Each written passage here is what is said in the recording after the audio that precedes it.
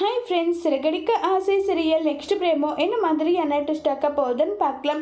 ரோகிணி அவங்க ஃப்ரெண்டு கிட்ட போயிட்டு, சிட்டி என்கிட்ட பணத்தை கேட்டு என்னை பிளாக்மெயில் பண்ணுறாண்டி, இப்போ எனக்கு என்ன பண்ணுறதுன்னு தெரியல, ஏதோ ஒரு வகையில் ஏதோ ஒன்று பண்ணிடலான்னு சொல்லிட்டு நான் பண்ணது கடைசியில் எனக்கு இப்படி வந்து நடக்கும் நான் நினச்சி கூட பார்க்கலன்னு சொல்லிட்டு சொல்கிறாங்க. உடனே ரோகிணியோட ஃப்ரெண்டு வந்து, நானே உன்கிட்ட அப்போவே சொன்னேன் இல்லடி, எந்த ஒரு விஷயமும் நீ இப்படி மறைச்சி செய்யறதுனால உனக்குன்னு எதுவுமே நடக்க போகிறது கிடையாது, நீ எல்லா விஷயத்துலையுமே நீ உண்மையே இருந்தால் மட்டும்தான் உனக்கு எல்லாமே நடக்கும் நான் உன்கிட்ட சொன்னேன். ஆனால் நீ என் பேச்சை கேட்டியா?